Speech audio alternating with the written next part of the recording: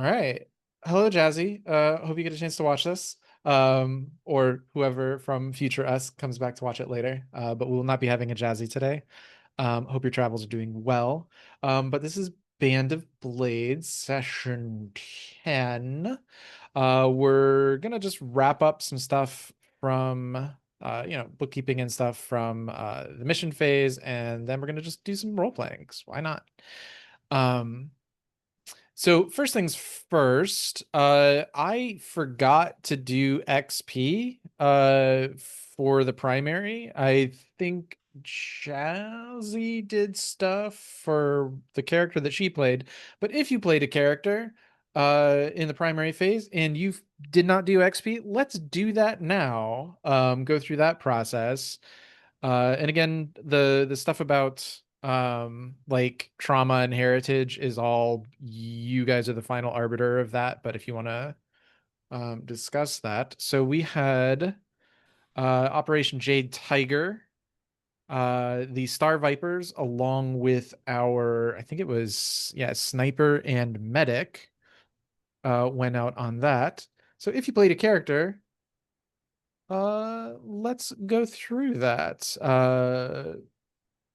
Ben the first, you played Scarlet Charging, if I remember correctly. Yes, yeah, that's right. Cool. Tell us about your XP. Yeah, survived, Hmm. uh, despite the odds, probably. Hmm. Um, Heritage was brought into play because of using Artisan, which gave me rig, Hmm. which I did use.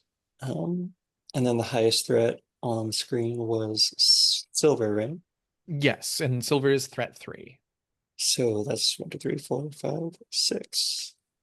Fantastic. Mark, you played the sniper, Yeah. gray stocking. Let's go through Um, that. Survived. Did a lot of keen observation, finding Mhm. the witch in the bushes.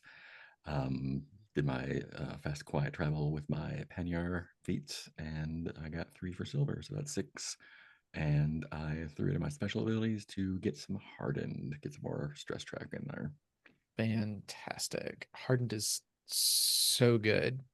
You're gonna Always like gets trauma before doing that, but might as well. the feeling of just having that extra stress is just so nice. Yeah. And Ben the second, uh, you played the medic Adramir, and I yeah, did. walk us through XP. So I survived. Mhm. I don't think I helped through medical knowledge or emotional support, Okay. but I did do something very bold uh, by reaching out and making contact with Breaker. And the highest threat was 3, Mhm. so 5 for me. And I'm probably going to take, I'm thinking moral support. Get some in mission stress management potential. Fantastic. I've never actually seen anybody use moral support in game. That's gonna be really fun. All right. So that is our XP from the primary. Um, we do not have a marshal here, but we already know who went on the mission. Thank you, past me, for making that a thing. So we have the Shattered Lions. We have our heavy and whose icon is that? That's Shimya. That's our officer. Heavy and officer going on the secondary. Let me pull up the secondary. That's down here. And that was, we're not doing Falca, so it's Operation Sapphire Heart. Horse Lord Natar has thrown in with the Broken, dreaming of elevated status after they sweep the lands. He hosts a lieutenant in his own tent, and his riders are beginning to exhibit signs of corruption and blight. Many of them, however, ride legendary Firemanes. Your task, Legion, is to steal a number of these horses from either from his corrals or from undead reinforced scouting parties to supply and reinforce the Legion. Um, Jazzy nominated Ben, quote unquote, to be their deputy in this case and to do the roles for them. But she said to fight it out between which Ben she meant. So which Ben would like to take the role here? I mean, since Shimmy is on the mission, I'm happy to do it. It feels like Awesome. it aligns well with Shimia's role too. So Sure. I love it. All right. I'm gonna pull up the engagement role list here. All right. Before every mission, assemble the engagement roll by asking the following: Are all on the mission oath sworn to the Legion? I believe they are. So you have one die. Did the commander spend one intel to give you foresight and info, Commander? Did you spend Yeah, let's intel? do that. Awesome. So that's going to be 2 die. Is everyone on the mission a specialist or soldier? No, you have rookies in this group. Does any soldier distrust the leadership or not fear them enough to obey orders on the battlefield? This is the Lions. We don't even have any names for them. Jazzy. Um, but as far as I know, Shimya and Ritter both still trust the Legion. Yes. Um, and our required specialists or equipment not on the mission. We have no required equipment, and this was a supply mission, and I don't remember which ones it is, but I do know that it is the required one, so we're fine there.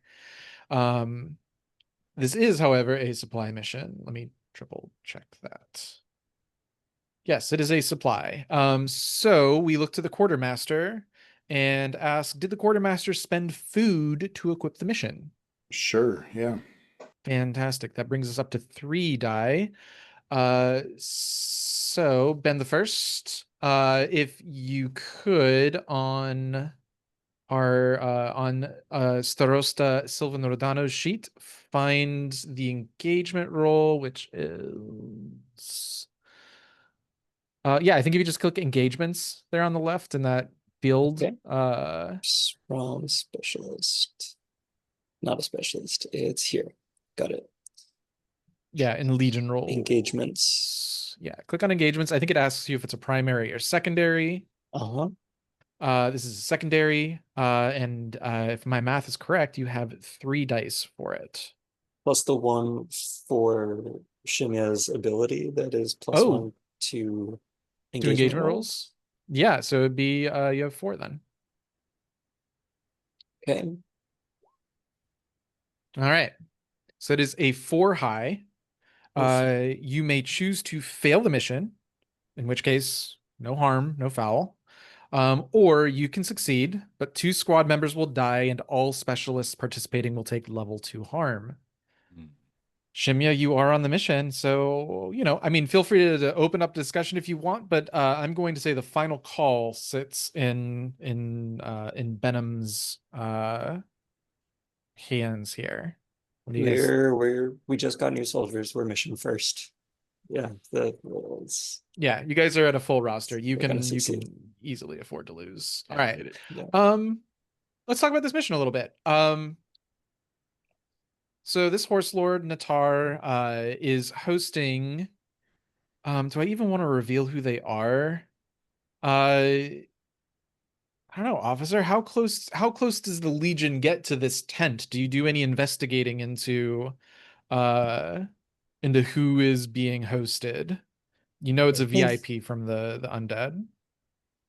I think given the role, it's likely that doing that reconnaissance is what got us into a sticky situation. So I'm not sure if we actually figured it out or if the Mhm. rookies who did spot the guest of honor maybe were the ones who got. Yeah, that makes sense. Yeah. So this is a lieutenant. These are threat 4 opponents. You've only encountered 1 lieutenant so far directly, and that's Xenia the Sable Arrow. But I think I've introduced this one before. This is the scouts will report back to, or sorry, the Shattered Lions will report back to the officers, the command staff, that inside Natar's tent was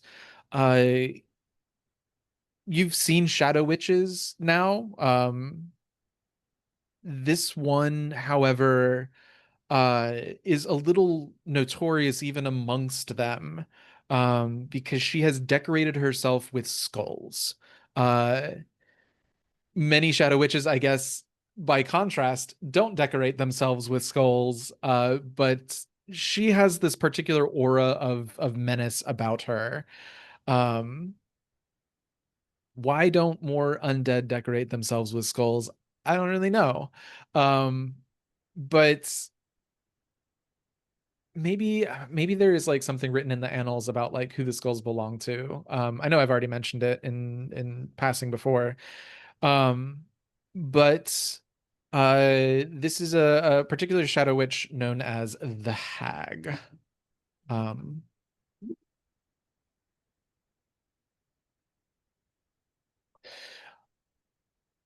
and oh, I remember I introduced her actually as a little stinger scene as the person who took the horses from what was his name?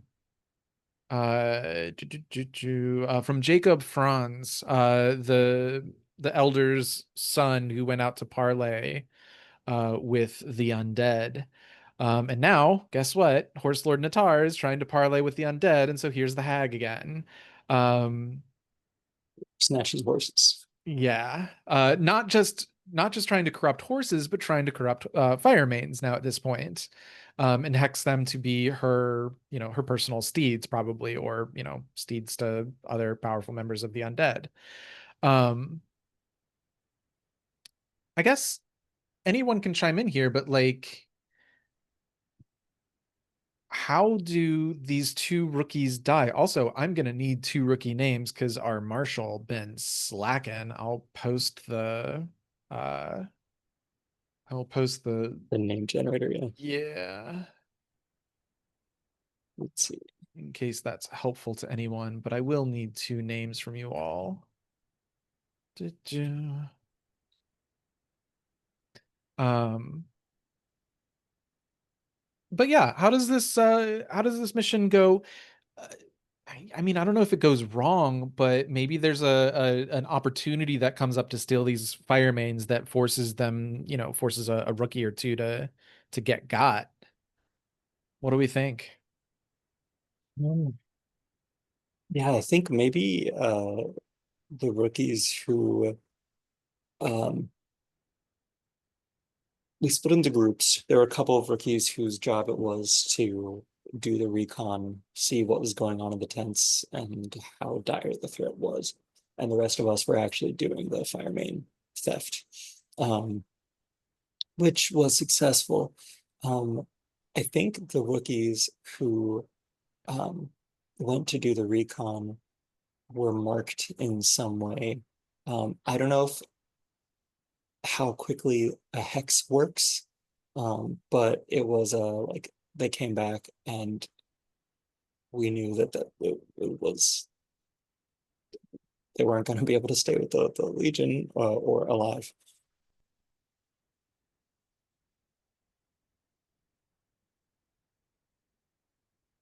I'm not sure. I think they probably got killed or claimed before we had to put them down. I'm not sure. I'm happy to hear input from the rest of the group. What you think would be the most uh, dramatic conclusion to that?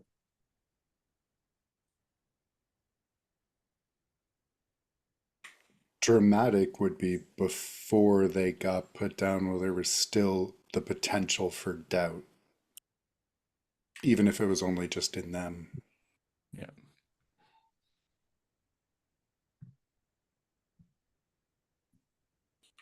I don't know if we want to be Yeah, that I think dramatic. that's about it. Yeah, that's great. I'm all for drama. Yeah, maybe the Shattered Lions knew their comrades better than the specialists knew them. Uh, but Mm, not worth the risk.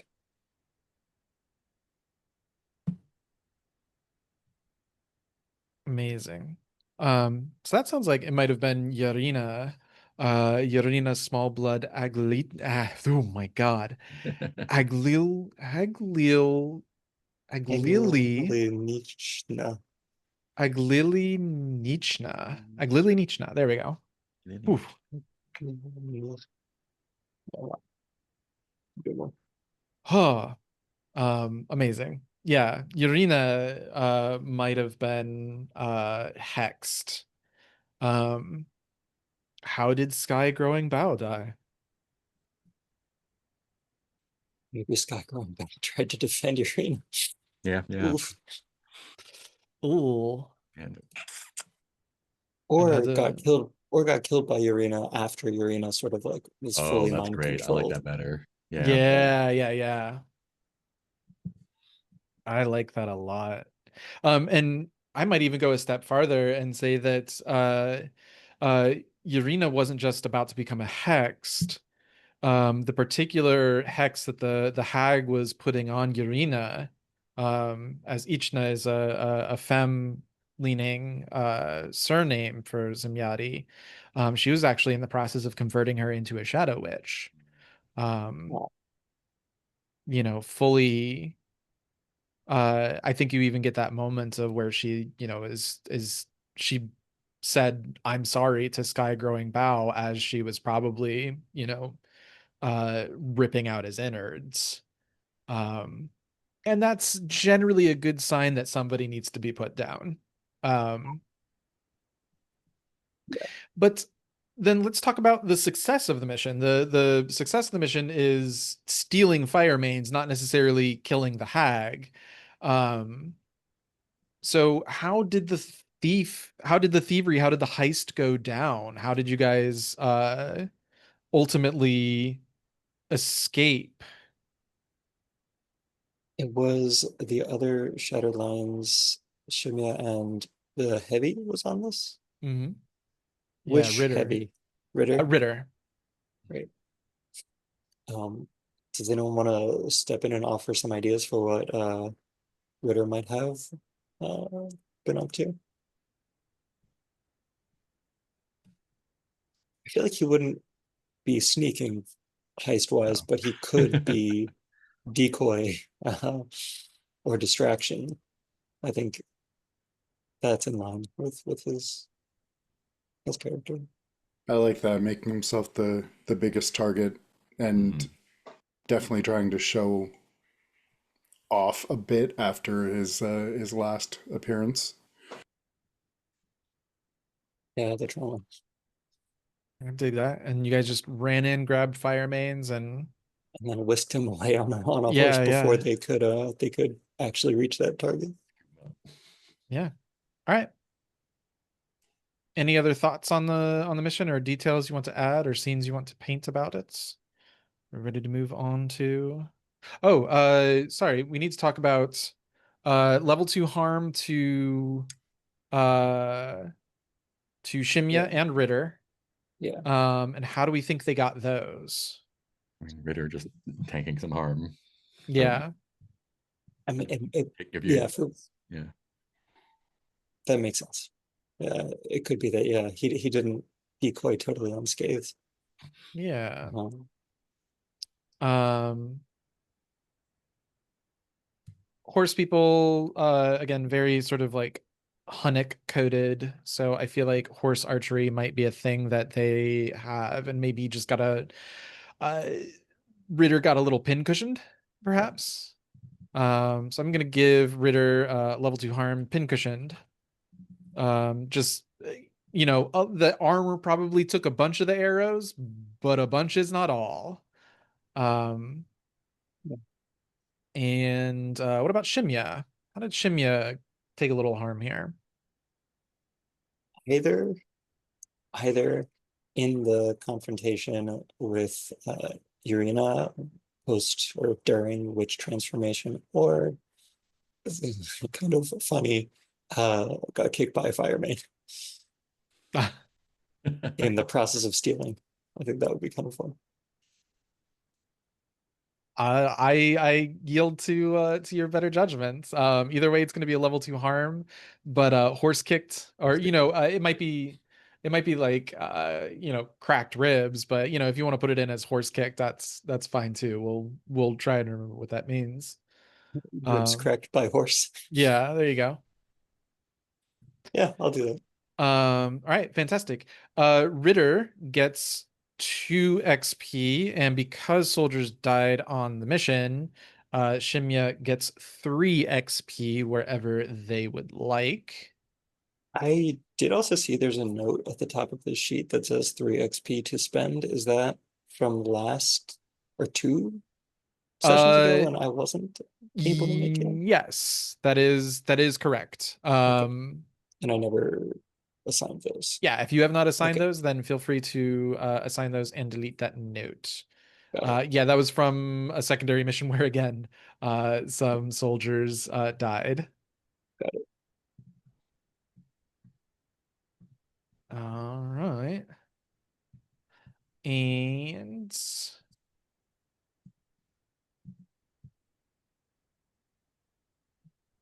Fill a prowess clock for a point and shoot. fantastic. So that is that everything from our secondary mission? We got harm, XP. All right. That moves us into bookkeeping. Uh, Ben the First, sounds like you are acting in the Marshal's stead for today. So if you could pop open the Marshal's sheet, please. We had two soldiers, 2 legionnaires rather. Wonderful terminology. 2 legionnaires died on the secondary mission. So if you could please mark off 2 morale, if I'm not mistaken, that brings us to 6. That's what it looks like. Do we not get any morale as a reward from the Uh, last few missions? we did not get any morale as a reward last cycle. We're gonna do the bookkeeping. We're moving into bookkeeping now, so we will then distribute penalties and rewards immediately after this. Got it. Um, But yeah, I think that's down to 6. all right, cool, good to know. Uh, all right, penalties for not doing brass hand. There's no penalties. The other 2 missions succeeded.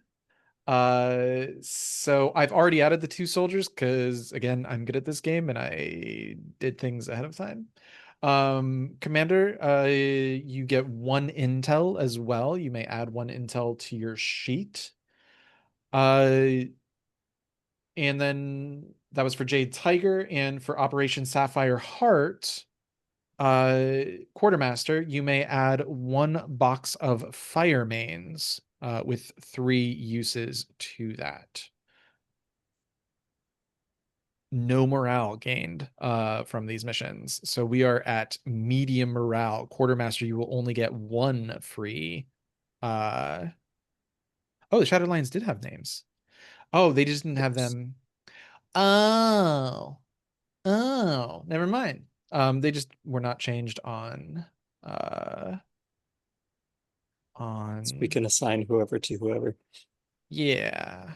Um I will do that on break. I'm gonna give myself a note to do that on break and change those names. I apologize, Jazzy. I did not look at the Marshall sheet. I was looking at the Roll20 interface. Change Shattered Lion names. Fantastic. And yeah, Urina will now be Yanni Atar, for example. And maybe Bobrov. Bobrov. Incredible. Um, fantastic. Okay. So that's our mission penalties and our mission rewards. And then we move into back at camp, and this sort of signifies our transition into the campaign phase. Let me pull up the lore keeper sheet where my back at camp stuff is hiding. So it looks like we're down to one campaign action. That's where it Correct. sits now. Correct. And we go to a medium morale back at camp scene. Be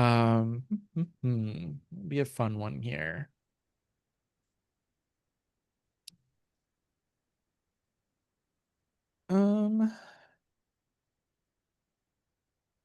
Actually, you know what? Let's go ahead and take just a quick little 5-minute break. Give me time to change those names and look over the back at camp stuff and find a fun scene to play. We'll be back in about 5 minutes. See you there. That's good. I was just thinking aloud is what I was doing. So we're back. We're gonna do back at camp scene, and we're at medium morale. And so I think. No, that one's a great one for the marshal if the marshal's here as well, because the marshal deals directly with this stuff. Um, hmm. So I think what we're going to do then is after an undead attack, the Legion must break camp and relocate. We've never dealt with like this amount of pressure before, or this is the most pressure that we've dealt with in a single location. And so I think what's happening is that that copse of woods that the horse lords went and tried to raid, and they did destroy some of them, some of the creation areas for the burned, but you didn't but without the legion's help they weren't able to find and destroy all of them. Plus, without the bandit queen Falca helping out in the undead front, the undead have been growing in number and strength, and it's looking like Plainsworth all over again. And I can't really say like an attack is imminent necessarily, because you guys are still here, obviously.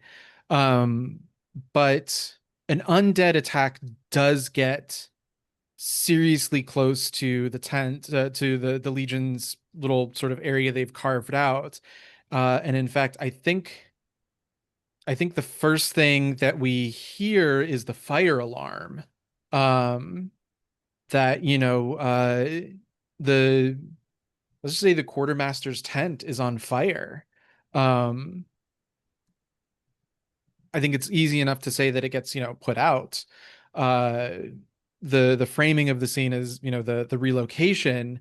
But at what point, Commander, do you realize that like this location, and I don't mean Sunstrider Camp, but the physical location that the Legion is in within the camp is no longer safe? Mm.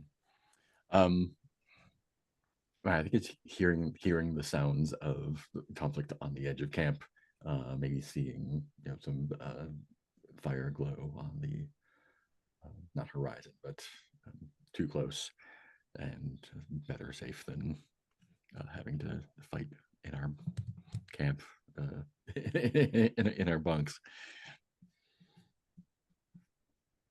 Yeah, and what's the order? What's the order look like? Let's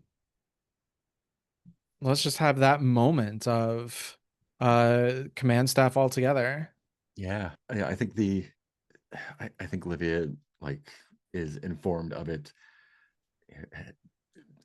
gets up from the command table and takes a look out, like kind of just like standing outside the tent, peering over the rest of the camp. And I don't know, I think she's still kind of like got that kind of like fine, like pretty weary. Gives the order to whatever lieutenants or adjutants are there, and watches them scurry off to deliver it to the rest of the camp. Who do you assign to the rear guard? Well, I guess actually that would be a Marshall question, but Marshall's not here, so who would be assigned to the rear guard, do you think? Somebody has to like hold the line while the rest of the Legion packs up and moves. Yeah. Let's make it the Ember Wolves. Okay. That'll be good. Do we have names for the Ember We have Wolf? one We have name. one name, and I'm gonna check the. All right, and that is the only name in the Marshall sheet as well. So what I would like for the three of you to do is pick up a name, and we're gonna assign it to the Ember Wolves, and we're gonna play out the rear guard, holding, holding the line is slightly a misnomer. There's not necessarily active combat going on, but there could be at any second. So you can play Rajani if you want to, or grab a name from the name generator, and I'll pop it into an Ember Wolf rookie. I'm gonna close the name generator. I'll relink it. There it is. Yeah, it's right here. Gotcha. Marcher Lord Liam Reiter.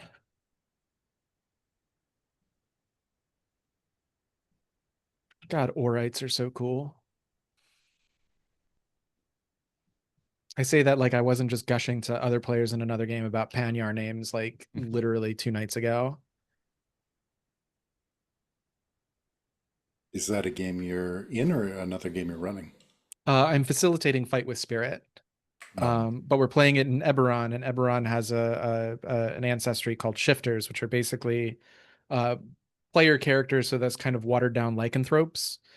And so there's a little overlap with Panyar there, and so they were coming up with names. I was like, hey, let me give you this name list because it's cool if you want it. All right, so I see. All right, awesome. So we have Marcher another one. Lord. Here's another one. Oh, awesome.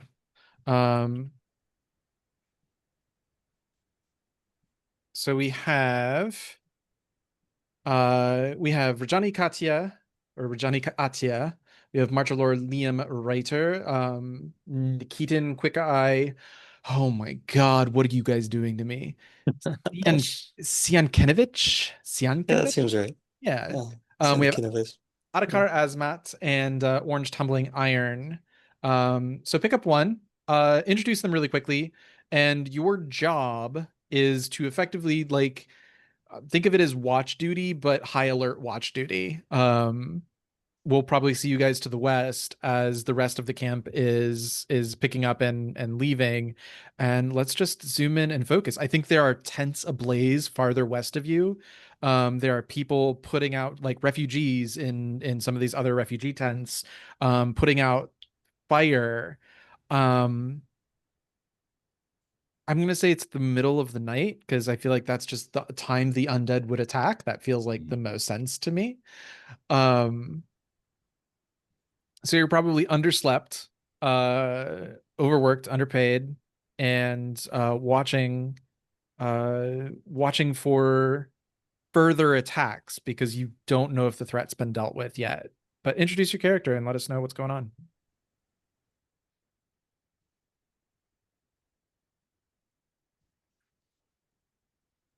I'll grab the Marcher Lord because why wouldn't I? I think in a very if this were a movie, it would be a black screen and then just the muffled sound of chaos and shouting, and then Marcher Lord Liam Ryder opens his eyes. He's only been asleep for probably what feels like an hour, if that, and someone shouting at him. He's groggily trying to get his gear on and get out of the tent, and when he does, it's just flames, sparks shooting up into the sky, chaos, people running and shouting, and uh, I think he's a little annoyed at being put on rear guard.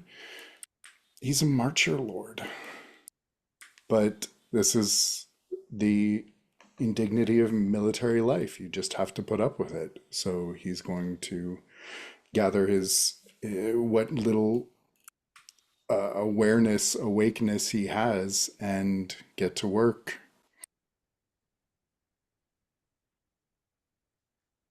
I'll take Adhikar. I think he I think he almost like snaps awake before the order is given. Like it's not like not hearing the full chaos going on, but like almost there's like feeling it coming on, like when you feel rain coming in before it starts raining. I think he's up and out before everyone else starts rushing around, just kind of just like waiting, I guess, like listening for it. And as soon as the rearguard action starts, he is eager to snap to and help out whoever needs help.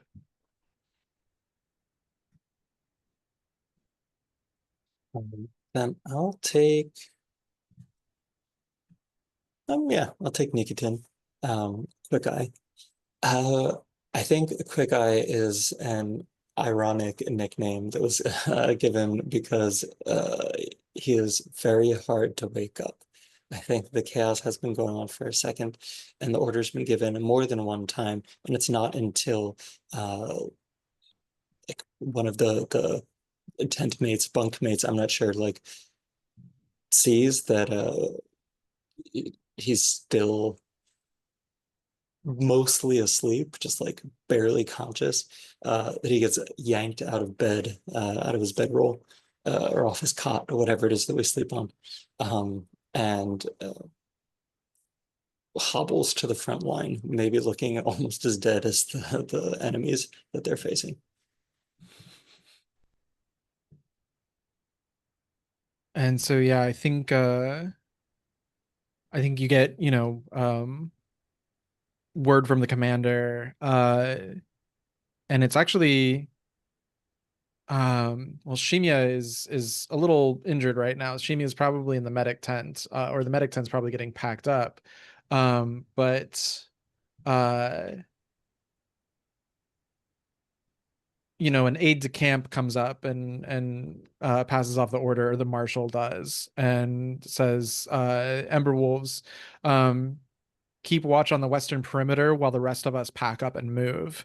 And you already see that, like, the Legion, there are tents just collapsing on themselves in this sort of like organized chaos of moving stuff around. Um, and I guess just like paint the scene really quickly, everybody, throw in a little detail since there's a few of us. But when you look out to the west, like, if the undead are attacking with burned, what does the horse lord's defense look like? Or what is the undead like? Give me a little vignette of like uh what what scenes of chaos are out there that draw your eye.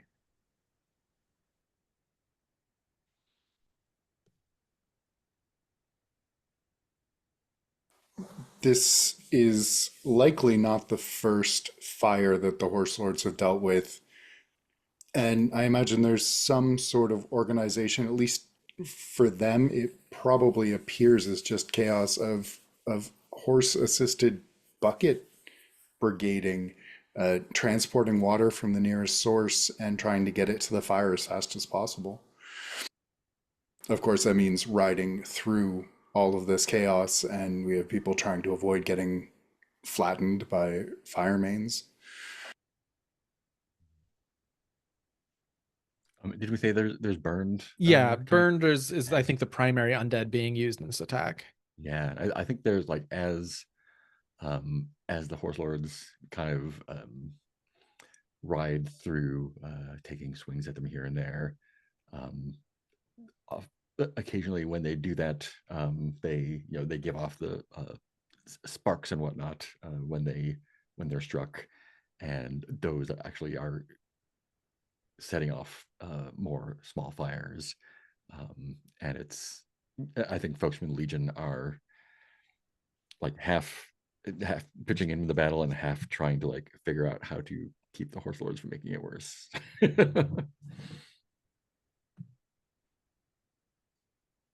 Yeah.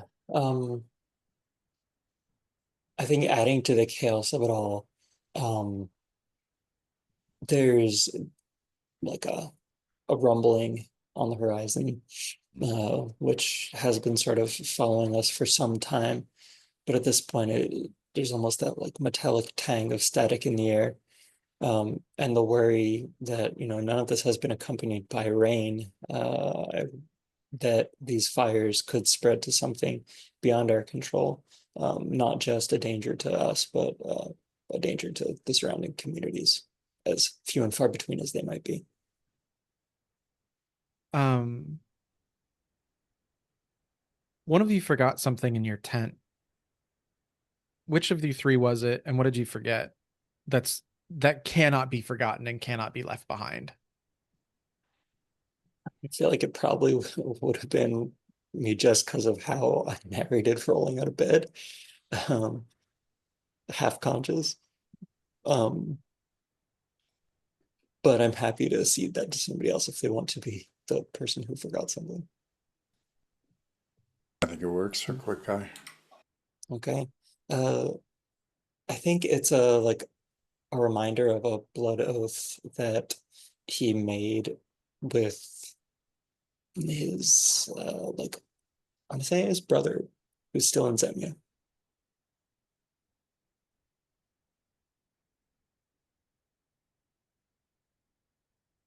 Now, because you guys are in the rear guard, there is a non-zero chance that your gear will be left behind. Everybody else is taking down their own tents.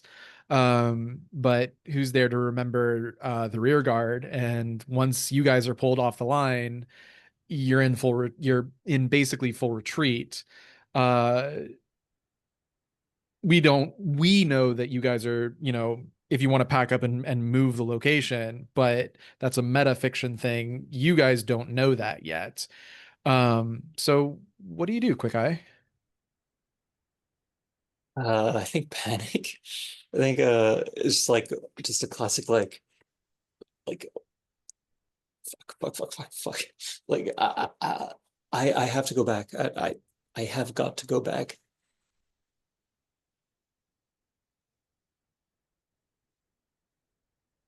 Are you stupid? You can't go back. Can you cover me just for it will take no time at all. I I cannot lose this. It's too And important. quit talking and go.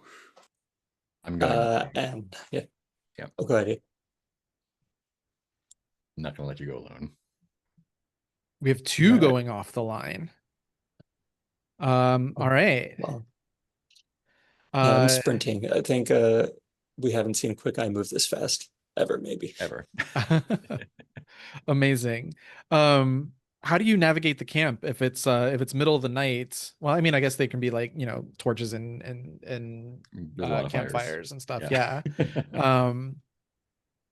Although Commander, would you have ordered the bonfires doused? Probably not, since it's already, things are already going up. So I think spending the extra time and effort to do that is maybe futile. Awesome.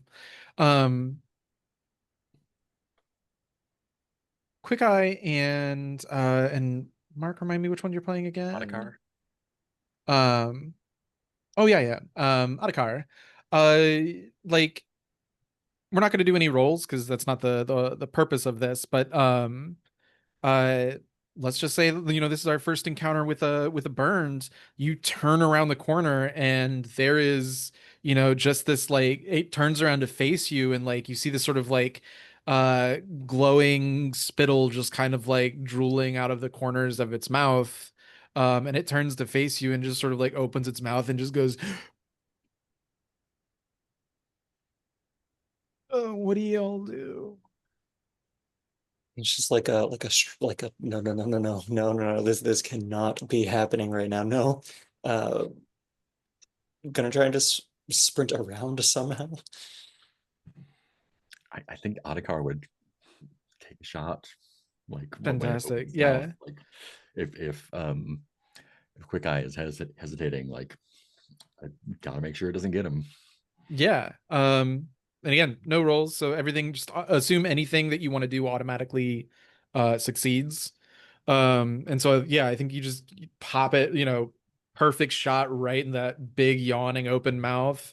And I think it, you know, you watch its head flop back and it collapses to the ground and it just begins like sparking and fire just begins to, uh roll out of its body and electricity begins to like dance around like one of those electric balls that you get from the store from Spencer's. And so, yeah, short Um range. Yeah. yeah, there you go, some mall nostalgia in chat. Um yeah, and I think we see the two of you like run in there and uh back on the line. Marcher Lord, it's now just you, Rajani, and Orange Tumbling. And what do you see that like almost tempts you off the line?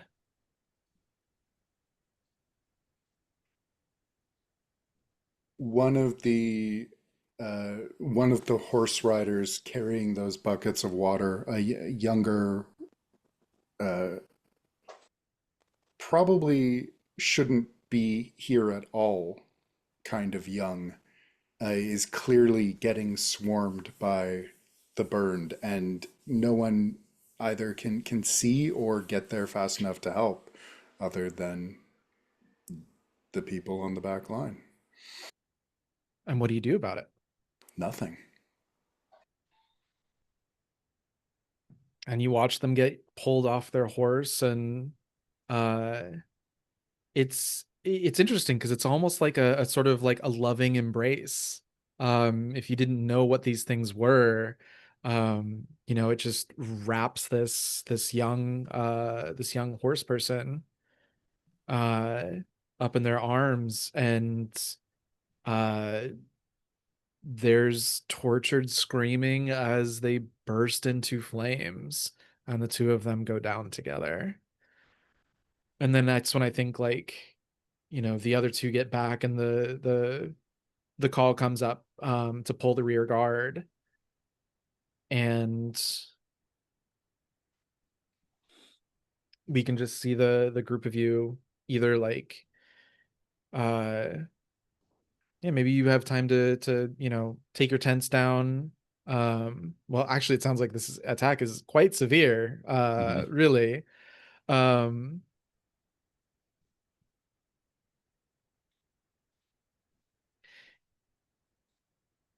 but as the group of you reunite, the horned one assists with the defense. What does she do?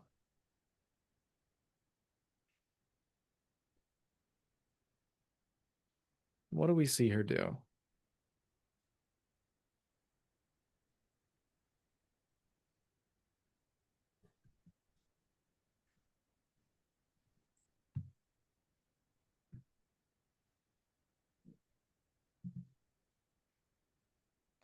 I think she actually swings in and like in owl or whatever form, and like swoops in and picks one up and drops it. uh, Ironically, like back onto like a burning tree or something, impaling it again. Ah, fantastic. Yeah, I love that. Yeah, you see this horned owl, larger than larger than any owl should be, swoop in, uh, grab one of the burned, and you see actually flames and electricity like starting to climb up her legs. Um, but as this burn starts to sort of decompose, she yeets it off into a tree, and as you're pulling down your tents and catching up to the rest of the Legion, she flies overhead. And we can end the scene there. If there's anything else anybody wants from that, feel free to chime in, or we push forward into campaign phase. All right. Um, Thank you for that. Very intense little back at camp scene. And now I move into the campaign phase. So, campaign phase, first thing that happens is time passes. Commander, on your sheet, please add 1 to pressure and 1 to the current time clock. And I will do that on the interface map here. Correct me if I'm wrong, but we should be at 3 pressure and now 2 deep into fall deepens. We're at 2 pressure, I think, unless we added some from the missions. Was it a mission penalty last phase that pressure increases by 1? I think that would have taken us to 1 because we were at 0. Okay, I'll Yeah. trust you. So we are at 2 pressure and 2 time. Yep. Awesome. Okay, Quartermaster, would you like to spend 1 food to feed the Legion or lose 2 more morale? Already done. Awesome. We do not have a lore keeper to tell tales of the Legion, and so we move into campaign actions. Don't let me leave this without addressing the Spy Master, like I like to do. But for now, at medium morale, at 6 morale, Quartermaster, you get 1 free action. What would you like to do? So if I did Liberty, that would increase morale by 2. Mm-hmm. As far as I know, that does not get you like it does not. Yeah, you will not get Locked then in at the start of another. it. Yeah, Yeah, got it. that is my impression. How are we for stress in general? What's the more pressing, stress or health? Let's take a look. See. Also, Just some damage from the mission. We did. I'm going to tick another tick on the labor farm. Okay. Yeah.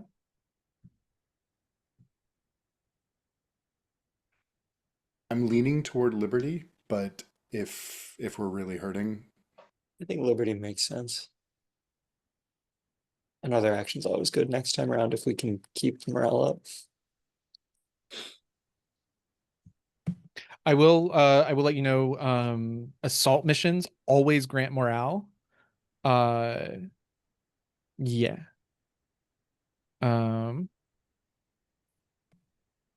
And assault missions are available in every single location. As far as I know. could also There's spend a supply. they are not available in Talgon Forest, but that is the only location in the game where assault missions are not something that you can focus on.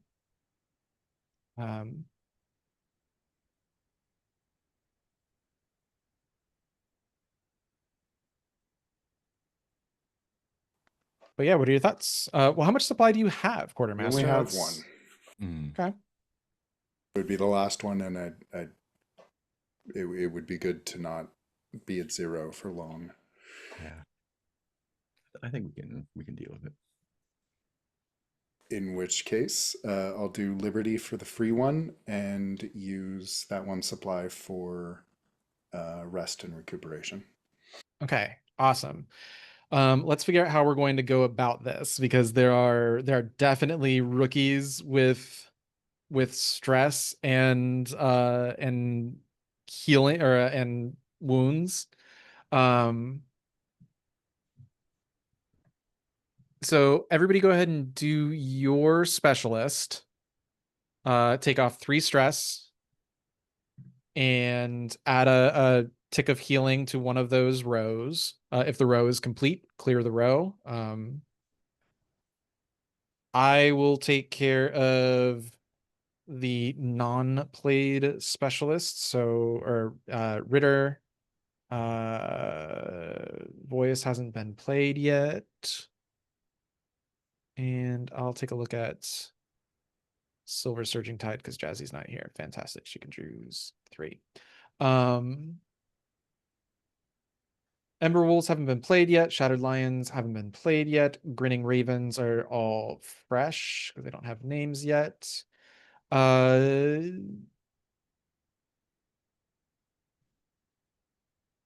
Mark, go through the ghost owls, please. Remove 3 stress and add a box of healing to any of them that you see. You can choose where you want to do it.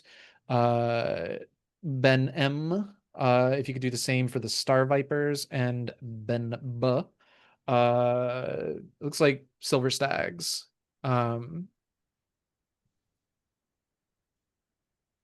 And it's remove 2 stress where available. You're removing 3 stress where available. 3 stress. Sorry. Um, and I will go on to the Marshall sheet and add Liberty is 2 morale. Yes. Yeah. Sorry, I have the memory of a goldfish. Was it stress and also a tick on healing? Yes. Correct. Great. So we are doing both Liberty and R&R. And that clears the whole row. Cool. If the row is full of boxes, then yes. And if it's level 1 harm, then 1 box is all it takes. Correct. Yeah. Great. Zaya is ship shape.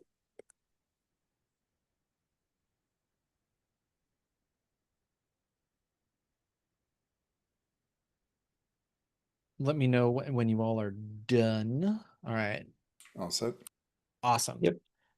Okay, that is our quartermaster. And quartermaster, you already did do your long-term project. Yep. Awesome. That brings us to Spies. Spy Master. What are we doing with our spies this regular? Let's go around. Well, we've got 3 spies, and each of them has a thing that they're good at. So I'll send them on the things that they're good at.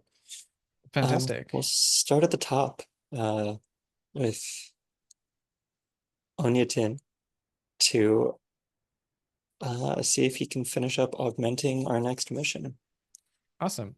One thing that we have learned is with the 2 trained spies, if you tick them over to master before clicking on roll, it gives you the 2 dice. It doesn't. Also, you don't have to do like an extra add plus the 1. extra. Yeah.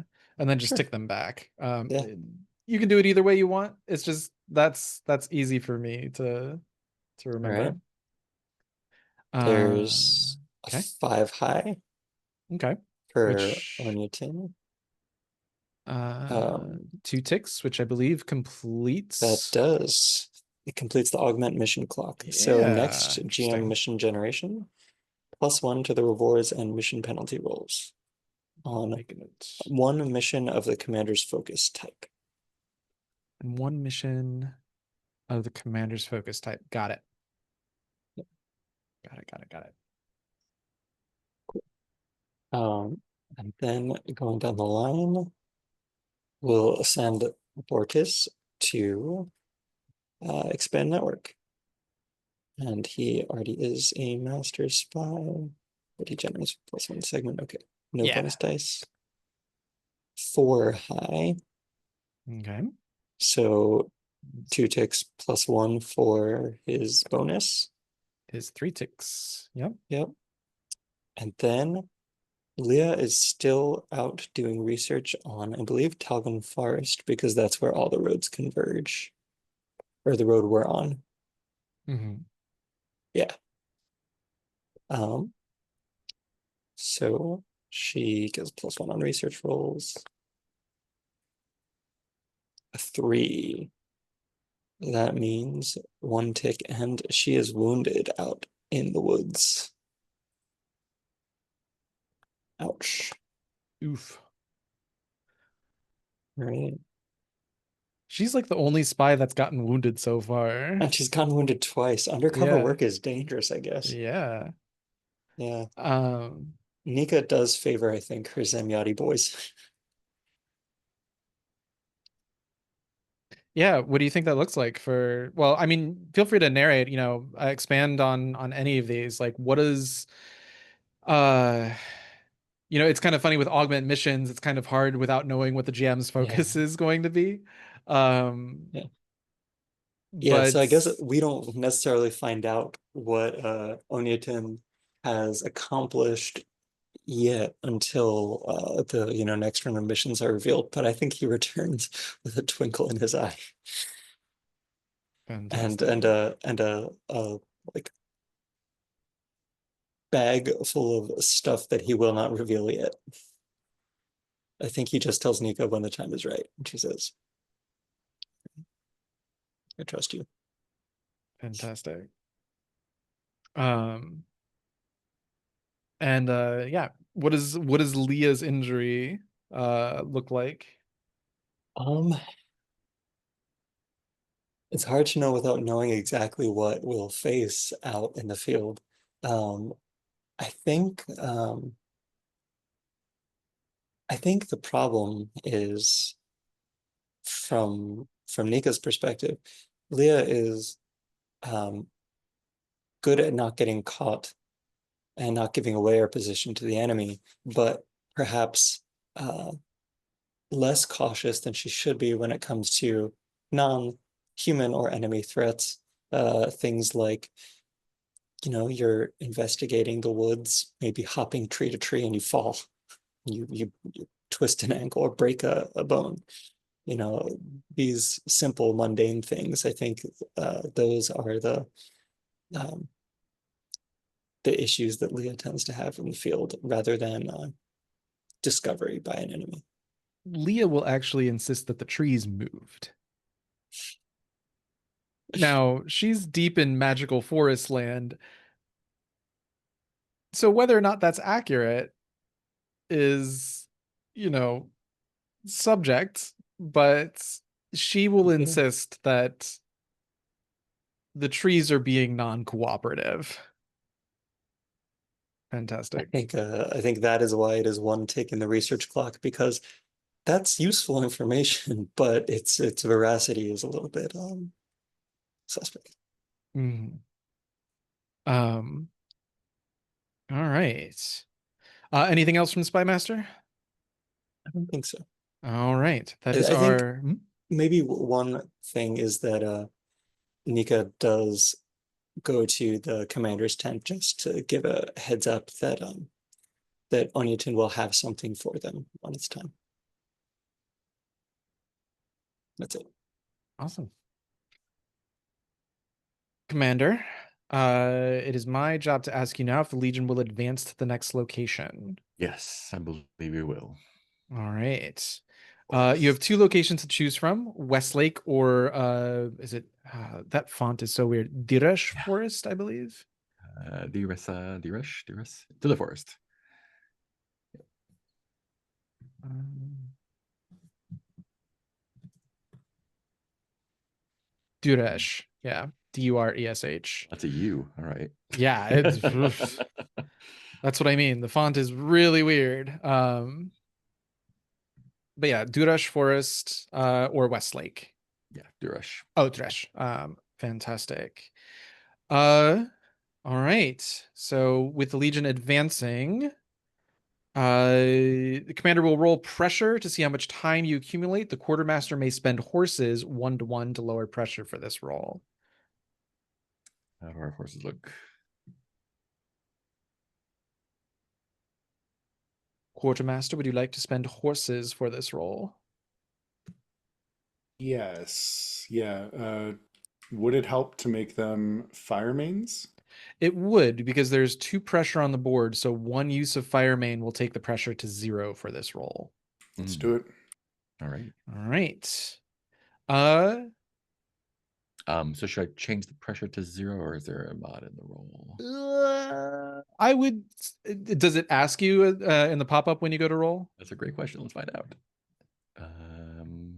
Because I don't think it -2 reads. bonus dice. There we go. Yeah. Okay. Um. Hey.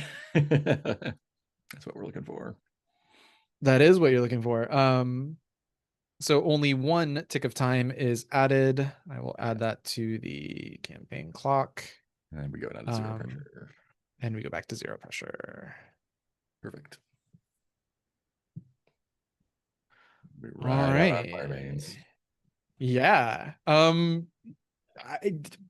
I guess not paint the scene is not exactly what's going on, but like, yeah, for the commanders or pick a specialist, like, what does riding a fire mane feel like that's different from a normal horse? I think it definitely feels like we are like the world outside is going by faster, but it also feels like very um not calm, but like very like smooth, I think. Right? It doesn't feel like things are rushing by. It's just like, oh wow, things are this is fast. It's like a bullet train versus a like a shitty regular train.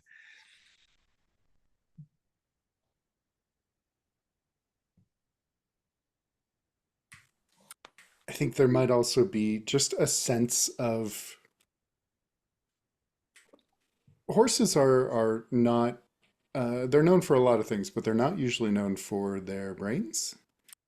The fire mains seem like they almost have something going on behind the eyes that it's sometimes disconcerting the way they look at you. But it's not like malevolent, it's just surprising.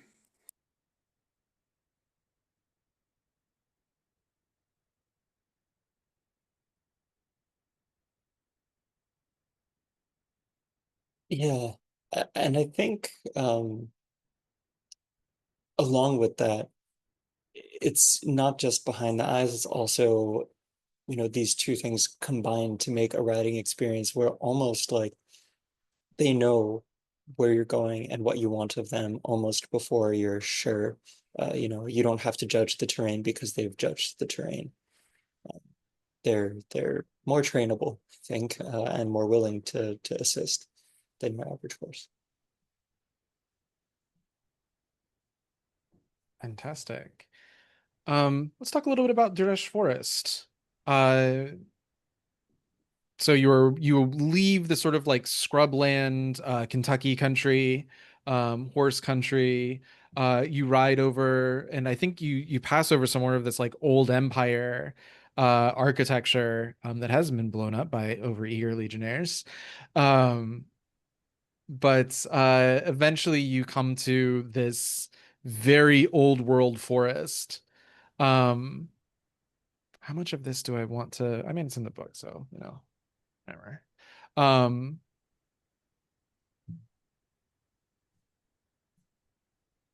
and you ride for a few days into the woods. Uh, so Duresh is the Panyar word for these woods. In Aldermark, this area is referred to as the Hellenwald, the light forest. When it starts out, sparse trees pepper gentle hills. But the locals that live within warn travelers to only travel as long as they can see the light through the trees touching the ground. Further than that, they warn, humans are not supposed to go. The heart of the wood, which is Talgon to the Panyar or the Aldehat to the Aldermani, lies ahead, hostile to those not meant to be there. Only a chosen might lead you through safely. This hard to navigate forest is populated by Aldermani hunters, a small number of Panyar families, and all manner of wild beasts. The forest is resistant to paths, often devouring signs of passage in a matter of days. While there are fewer undead here, traveling through the forest itself can be dangerous, as Leah would certainly attest. There are a number of Panyar villages here, though they are small and insular. The Panyar have not been well treated by the Aldermani, being regarded with suspicion and outlandish comparisons to folklore creatures. The locals in this area aren't fond of the Legion either and consider the old empire and all its products a mistake. Post that. Um, and I think also, uh, in your first days in Duresh, um, the Horned One comes to the command tent with a dismaying report that the undead have split. The broken armies are looking to flank and pincer the Legion. So One has only left a few squads to harass, while the main force is pushing hard east to devour what resources the plains have. You're already deep in the forest to know, but there's a special rule here. Actually, there are two special rules here. Hang on, let me double check. Ah, no, that's next location. There is a special rule here. The forest of Duresh is hard to navigate. Take -1 dice to engagement rolls for missions that do not have a scout assigned to them. Hmm. I will pop that in locations tab as well. As well as here.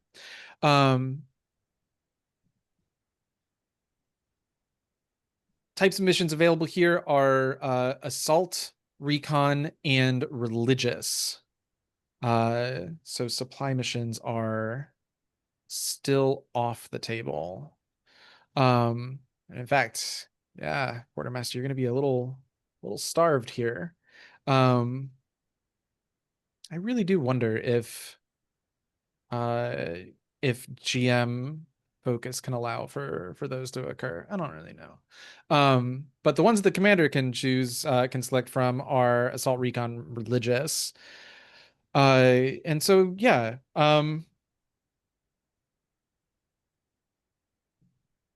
if I was to tell you that like think old world magical forest, uh just paint the scene of like when the Legion sets up. Actually, the Legion might be on a mobile camp here as it like is pushing through the forest. It might not actually like set down roots here. What do you think, Commander? Do you think this is a place that you like pack up and like, or do you plant down and like start launching squads out from a centralized location, or do you try and keep the Legion on the move? I think relatively mobile. I don't think we are Mm. like camping down anywhere permanently like we were Mhm. in Sunstrider. But definitely like doing the sort of staggered like make camp, send scouts out, make camp, send scouts out, trying to just Gotcha. keep Yeah. ahead of the.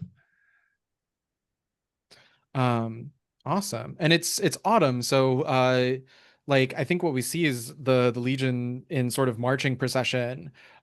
Just uh we see boots falling on blood red leaves throughout the forest. Um you see a group of Aldermani hunters that catch sight of the Legion, but diverting their path just to avoid contact. Uh as you pass by a Panyar village, they do that trope where it's like we see the Legion sort of like marching through this path, and just for a bit of dramatic irony, it's actually the same path that uh that the chosen who would become Render that we saw earlier talking to Panyar. We see that same village, only now this time the Legion's marching the opposite direction. And as you sort of walk by this village, all of the window, like people, like you see them poke their head out windows and they like snap back and you see the shutters go. um a Panyar mother takes this little child and like gets them under the apron and like scurries them back to a door, and you just hear of the door slamming. um and then night falls, and we see the fires of the Legion. We see the command tent. We hear the horrifying sound of a creature crying out as a beast claims its life in the distant forest. It is time for the commander to select a mission focus. Also, if you would like to spend 1 intel to ensure a special mission, that is I think I'm also gonna save the intel this time. okay. Let's go. Let's look for assault. Get the morale back up. All right. Make a note of that. Commander focus. Assault. I don't know yet what my focus is going to be. Maybe religious. We haven't seen like a good religious mission in a. Yeah, let's say religious. Um, all right. And until I generate missions, that's kind of all we have. So if there's free play stuff you want to do, we can do free play, or we can call it an early day. Very early day. I don't have anything in mind. I don't particularly have I guess I'm kind of curious. You've had Voyus now for a few cycles. He hasn't been sent out on any missions. What's he been up to?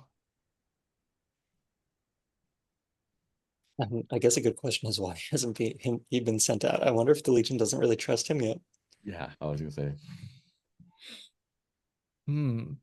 Again, sad part is like I'm like, Marshall, why have you not sent why have you not sent Voice out? But let's take this opportunity. Maybe Voice doesn't go to the Marshall. Maybe Voice would go around the Marshall. And we can start like some fun little gossip, and Voice might go instead to, do we have any Zemyati officers? Or Zemyati commanders, I should say.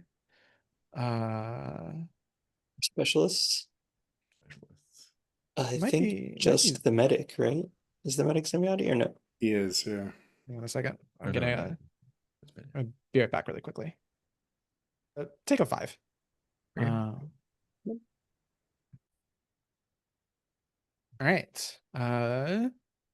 So yeah. Oh, man, who would Voyus go and talk to that's not the Marshal about not being put on missions? Mhm. I was thinking he might find some solace in like other Zemyati.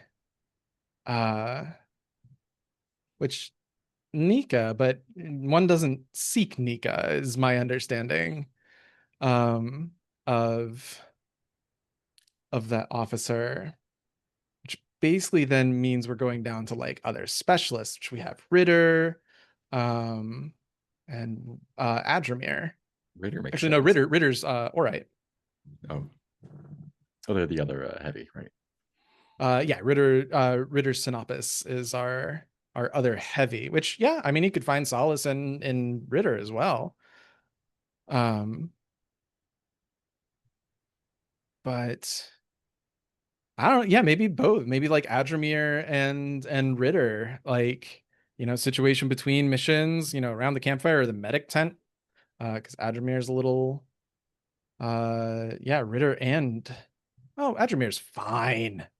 Just a little tired. Adramir's doing fine. Um But Ajamir's working in the medic's tent. So Probably, yeah.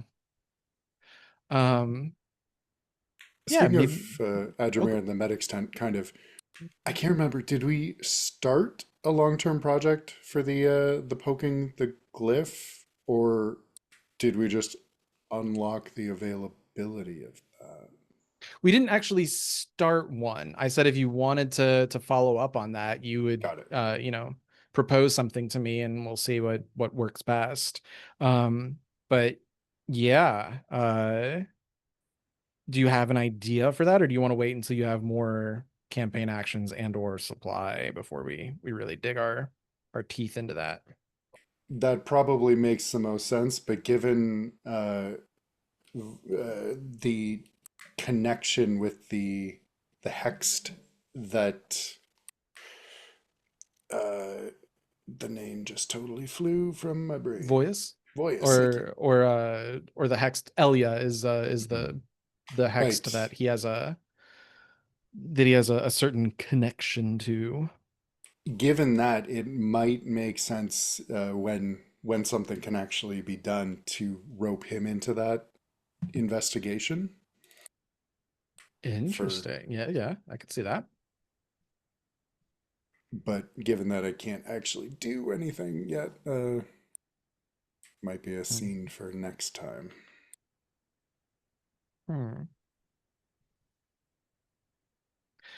Um, because we are out of supply, I'm kind of curious, like, if that has a visual effect on the camp. You've got morale, and you have supply, but there is this quantum idea of extra supply that you just have, that would be like in supply carts. That is, the quantum extra supplies that you have, that is not food nor black shot nor the other materiel. uh but yeah, you guys are traveling a little light right now. um what does that look like, and is there something that we can do in the forest to like maybe get some supply? Or And that might be like partially as a result of like picking up and getting out of Sunstrider as fast as possible, and like kind of booking it cautiously through the forest. part of it is also that supply missions are normally available like when you're in locations with human settlements in them, with significant human settlements in them, because they're like trading with local villagers and things like that. And Sunstrider Camp is, I mean, it was technically a human settlement, but I guess for some reason the game is like, no, you can't do supply there. That's for like Plainsworth and the lake towns. um Yeah, I feel like the Legion's getting to the point where they want to start foraging or hunting in the woods. mm, yeah. Which is maybe ill-advised for people who are new to these magical woods. Yeah, as I said, the moment you try, or the first time that you try, there's some locals that you stumble on who tell you very specifically, if the sunlight does not touch the ground, you do not go there. Now, the place where you're heading, Talgon, the heart of the forest, would technically apply, but the Horned One has told you that she will lead you to and through Talgon Forest. Don't suppose she could be convinced to lead us through to some hunting opportunities. Huh.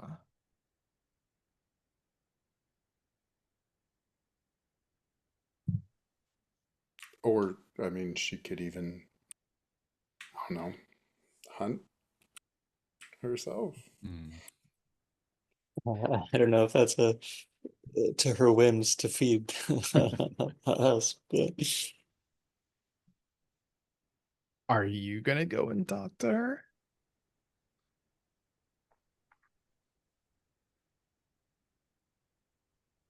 I think Adramir would be afraid to, just in case he has some like breaker stink on him.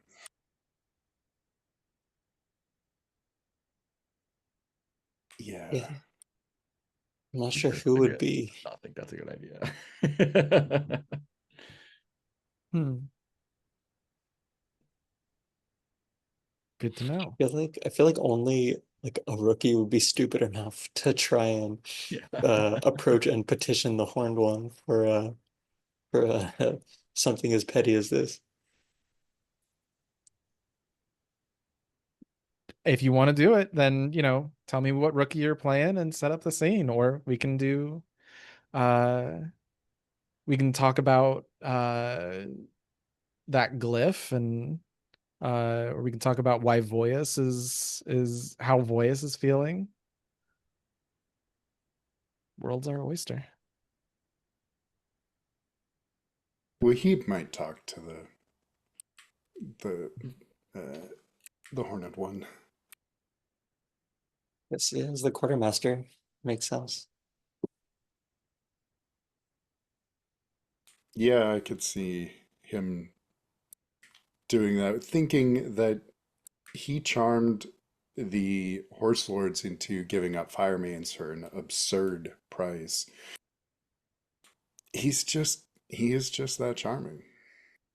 Yeah, but those are humans. Yeah, but she wasn't she? She was, yeah. uh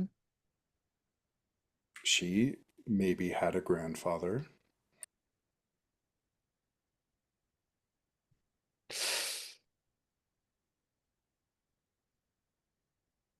Or wished she had a sweet grandfather. I'd I like mean, to see the yeah, the attempt. feel free to ask. Where does she hang out? Uh, She normally doesn't. You know, she's a little similar to Nika in that way, but that's it for the case of setting this up. That is not a terribly interesting answer. And the other thing about the Chosen is you don't want to send them. The reason that they don't get sent out on missions is because it's always a high risk. There's always unknowns in these missions. And were the Horned One to be captured or, God forbid, killed, it would be it is theoretically one of the fail conditions. Like the Legion will just be unable to sustain themselves in constant undead pressure. Um,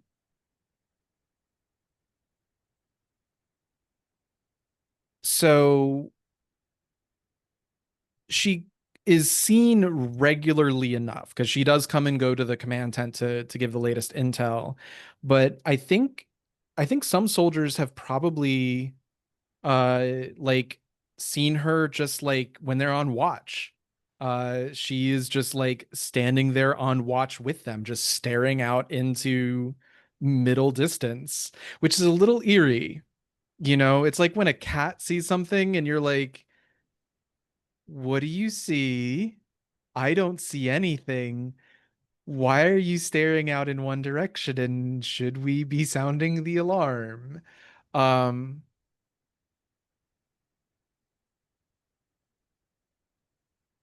so I think you can catch her. Unless you have do you have an idea? I do actually really like the idea of her just showing up on a watch one night because I think Wahib may have put the word out that if this is a thing she does, when she does it, someone come get him. And so I think it would be a little bit like the camera pans past and she's there when she hadn't been the cut before.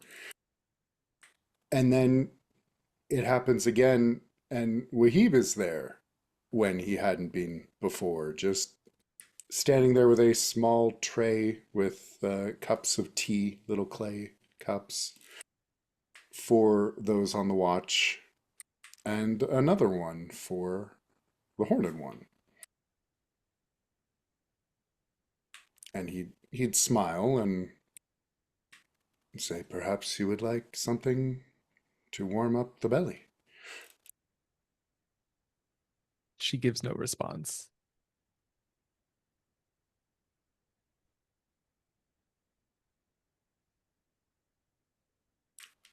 Or perhaps you would merely like a reminder of some of the simple pleasures you once enjoyed.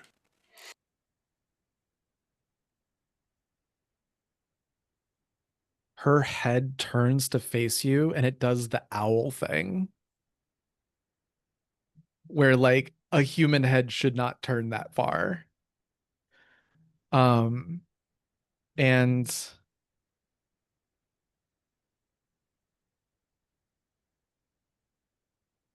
what else about her appearance is just generally unnerving?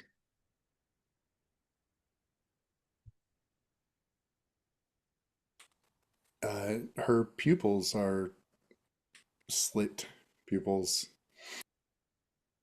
and the is it lucida tapidum? Like it, she shines behind the eyes a little bit in the right light. Yeah. So her body then follows her head and rotates around to face you. And when she approaches you, she doesn't approach you directly the way a human would, just like crossing the distance by walking to you. She does a sort of more predatory thing where she walks in a diagonal or like a sort of like circuitous path um to approach you like from the side. Or he is going to try his very best to not look like this is weird to him. Like this is just absolutely fine.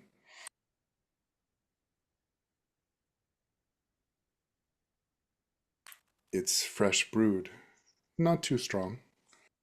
Just a little bit sweet.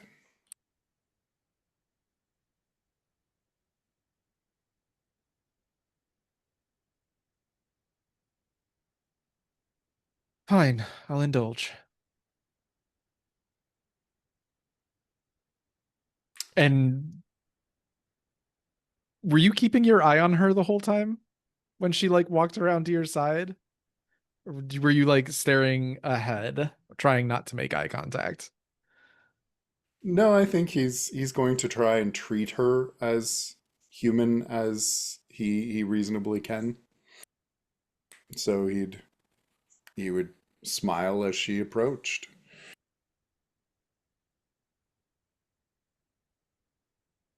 Um,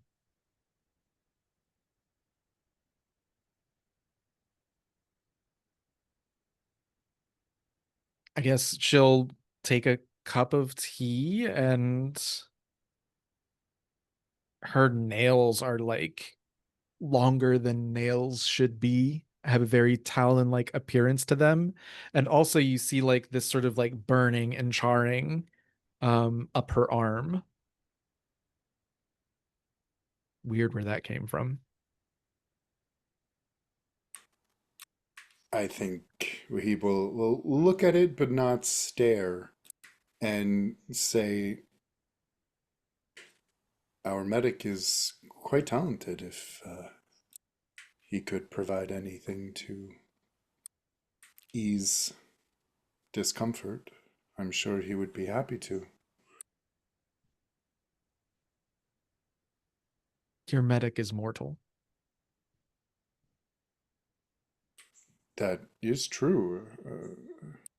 A failing I too suffer, but we try not to let it get to us. This body will die and decompose and become part of nature once again. Yes, but hopefully for some time yet. Hopefully for some time yet. Hopefully not for some time yet. Yeah. She repeats what you said. Do you fear death? I fear dying. Certainly I fear dying, but death? No.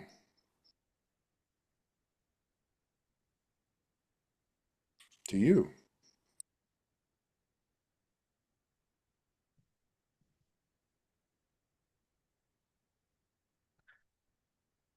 There are many worse things than dying. I fear what happens when things don't.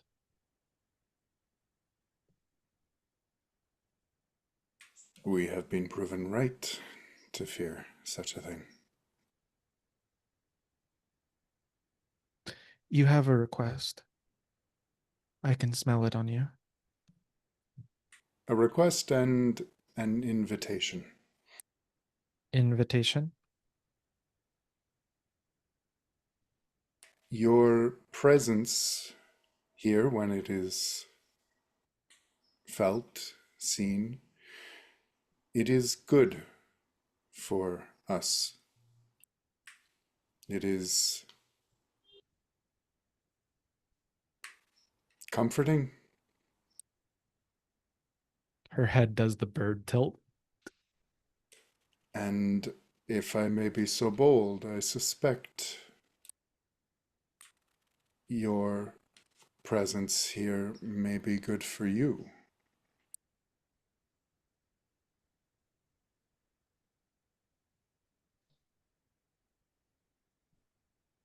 I'm listening.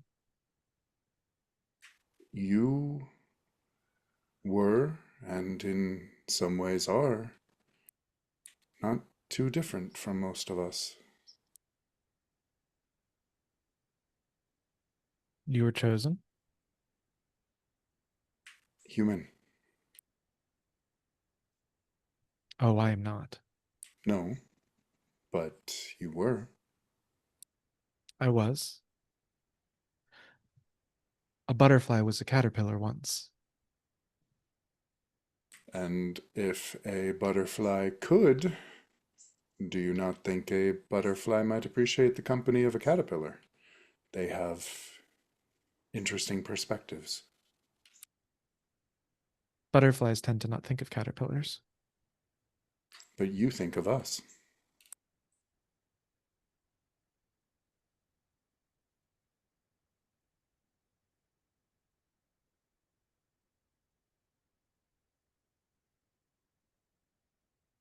I see you. Colony of ants fighting against a fireball.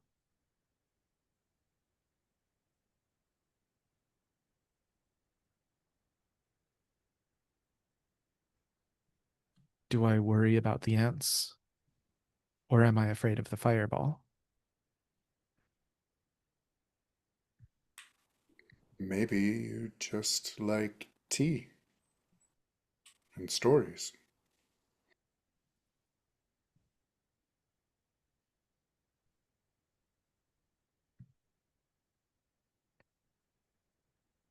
There is perhaps time for tea and stories.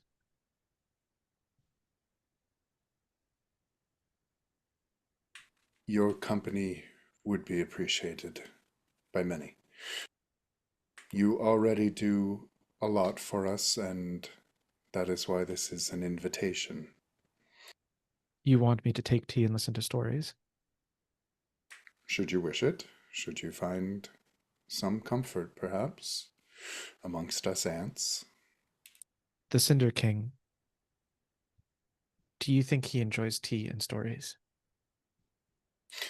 No, and I think he is lesser for it. Perhaps he wouldn't be such an asshole if he had more tea. I see. And if Breaker or Render overrun the camp, do you think it would be wise to invite them to tea and stories? If I thought it would work, what would it hurt? Perhaps we should They're try already it. here. Hmm.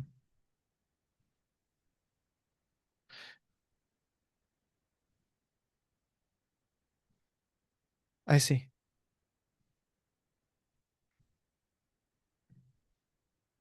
Is that all?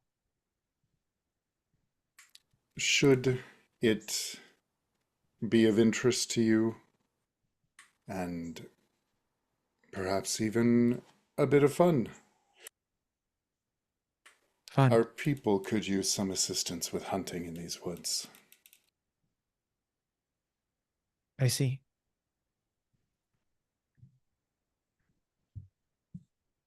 But until then, there is tea and there are stories. You don't have to hunt tea. Well, no, Tea you does just not need run to from visit. you, nor does tea bite back. Tea, in fact, generally uh, is consumed by other prey animals. Those can be hunted.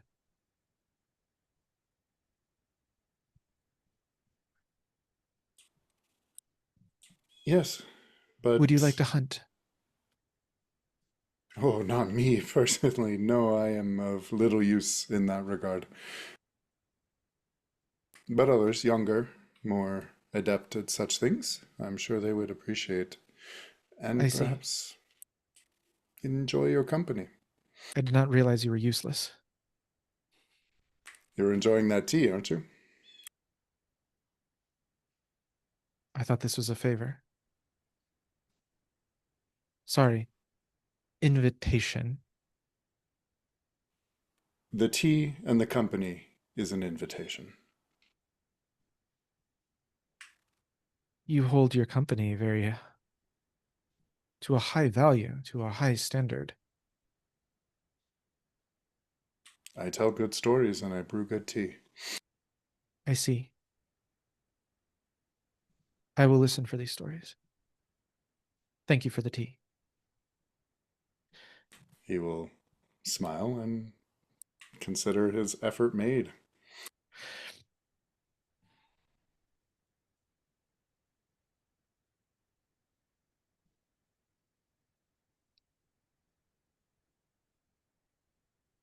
I wonder if there's a way to like mechanize, like in the book they have an interaction between uh Shreya and the Legion where it like comes down to a fortune roll to be like if she will help a soldier. Um let's get some dice on the board. How does that like if I asked you for a 2 die fortune roll representing Wahib's like ability to make this argument, one, would a dice roll sound fun here? Um, two, if so, what should the stakes be?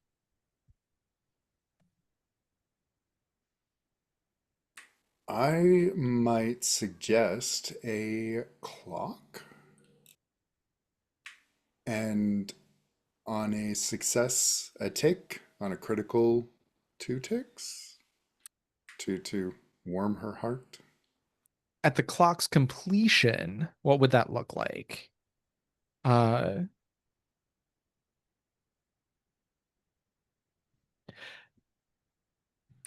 A more active presence in camp.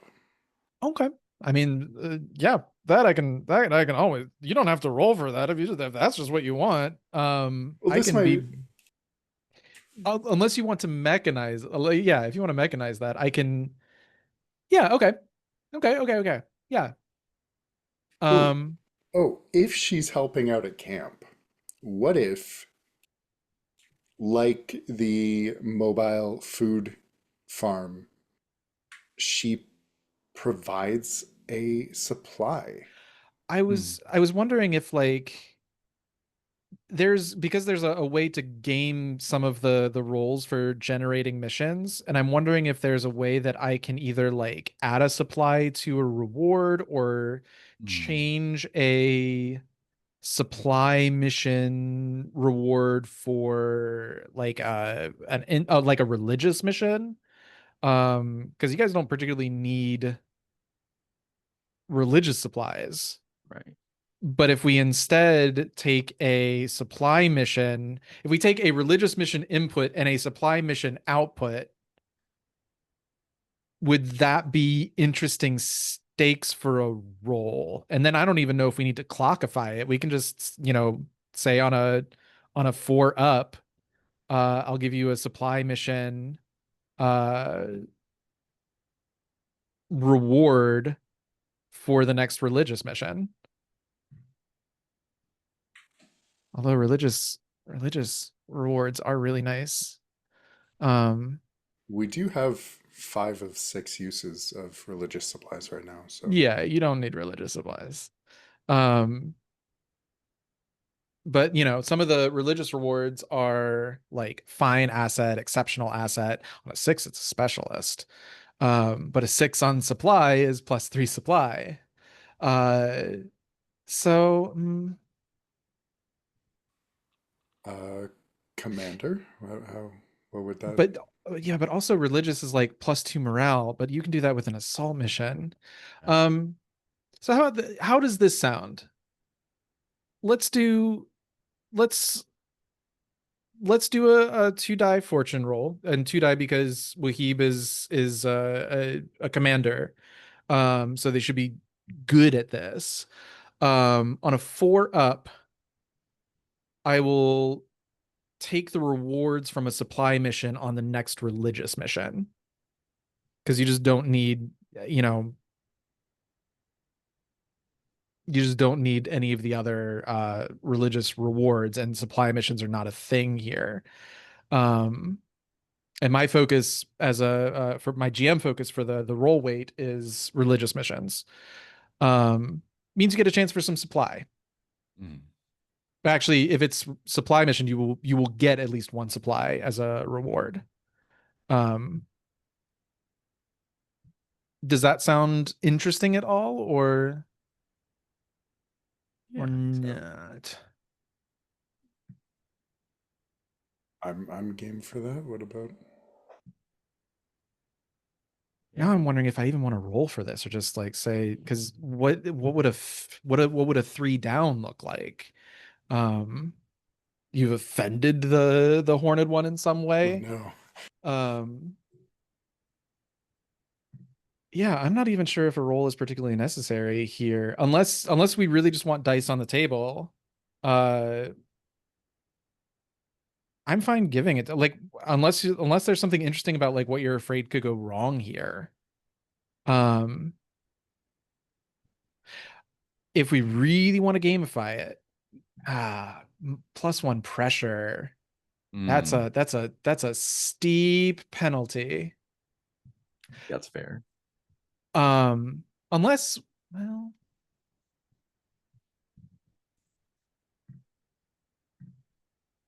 huh.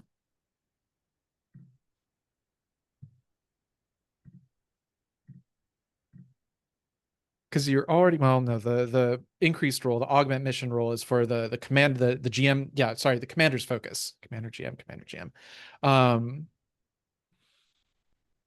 How about this? I had one supply on a 4 up, I had one supply to the next religious the next religious mission, its rewards, representing the horned one, helping out with hunting and being more active around and taking a more a higher stake in the interest of the legion, not just her own aims and ends. On a 3 down, I increase pressure by 1 because she is going out into the world, which is a dangerous thing. Yeah, that sounds great. On a 6 or a crit, As a supply to any mission. yeah. Oh, do I want to be like 2 supply? Um,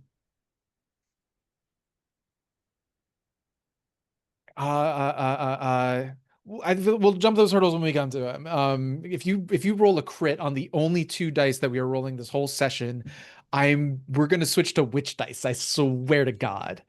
Um, but yeah, go ahead and give me and also, do you feel 2 die is fair for Wahib? Usually 2 die is like for specialists with fine equipment.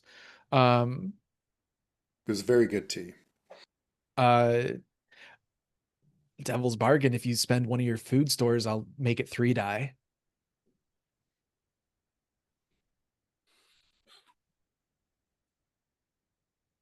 Okay. Yeah, let's do it. You're reaching into the rare stores. He's making some cookies too. All right.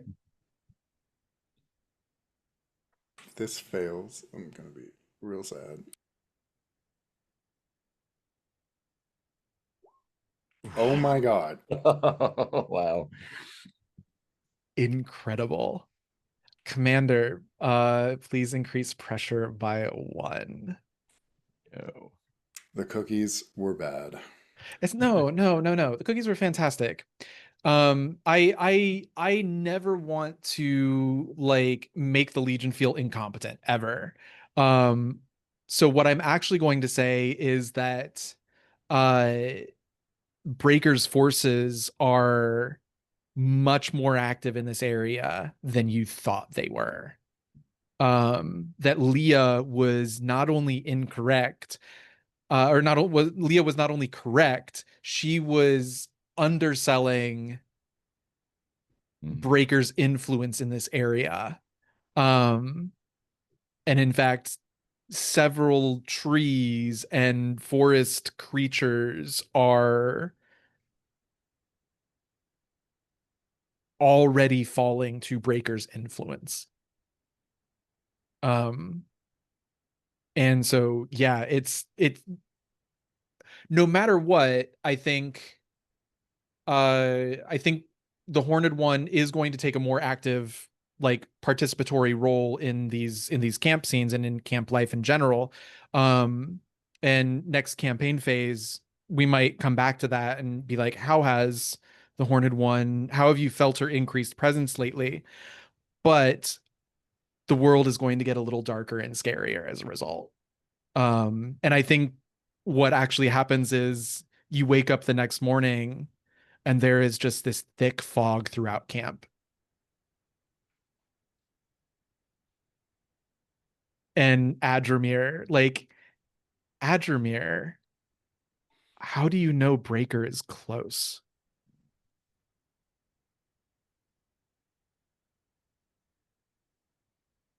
It's the fog. It carries that same uh, texture and smell that it did in his dreamed encounters with her.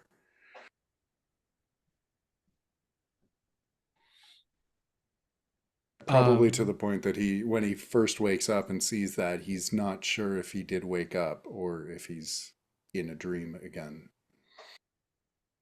Yeah. Fantastic. I love that. Do we have any other free play scenes you want to do? Or do you want anything else out of that interaction, Wahib?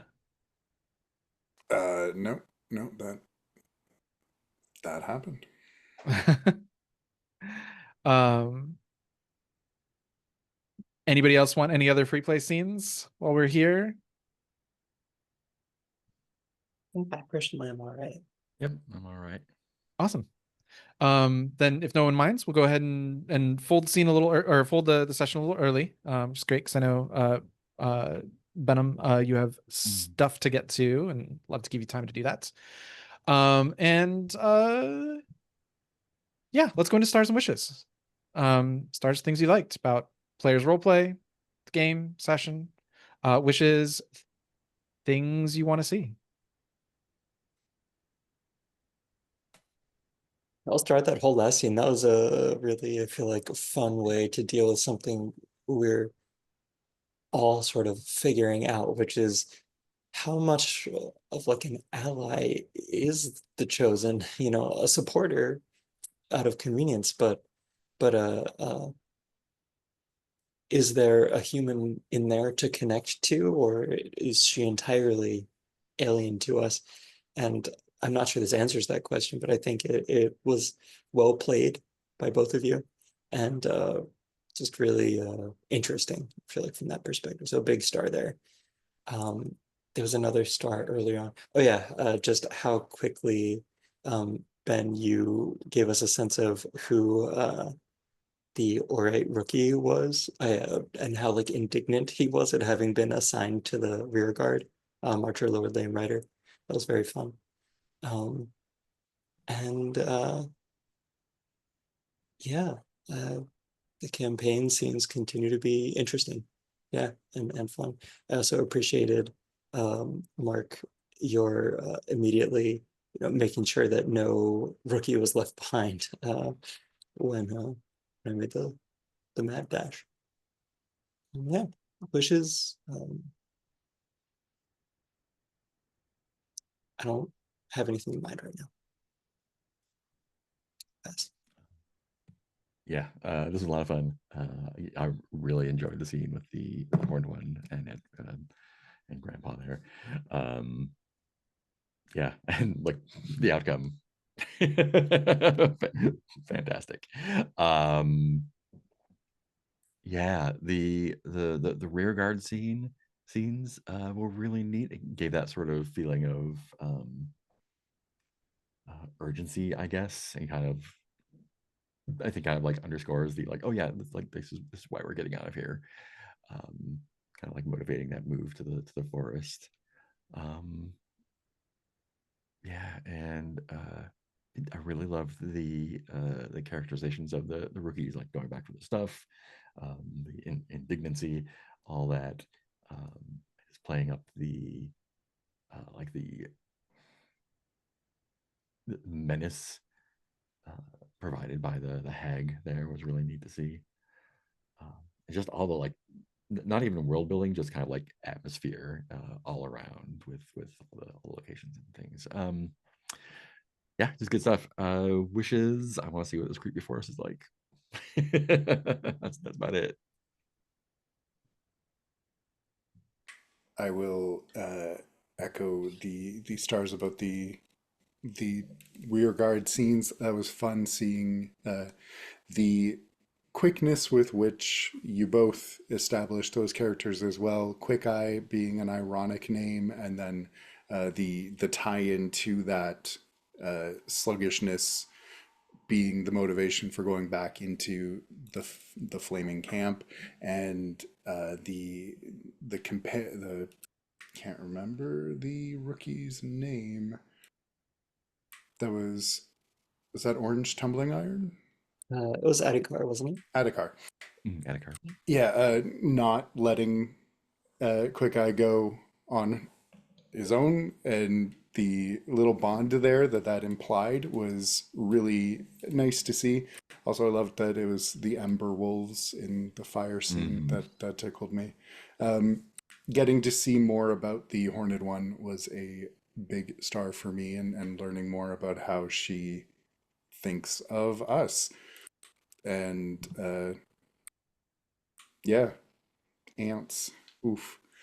Um, Hopefully, if we keep working at it, we can get upgraded to like cats, maybe gerbils, like pets, something she actively wants to engage with. Um, yeah, this was a fun session. I am looking forward to seeing what the lack of supply, the lower morale. We haven't really had to make any real tough choices in the camp scenes, and I think we might have to coming up, and that'll change the tone pretty drastically, I think, so that'll be fun.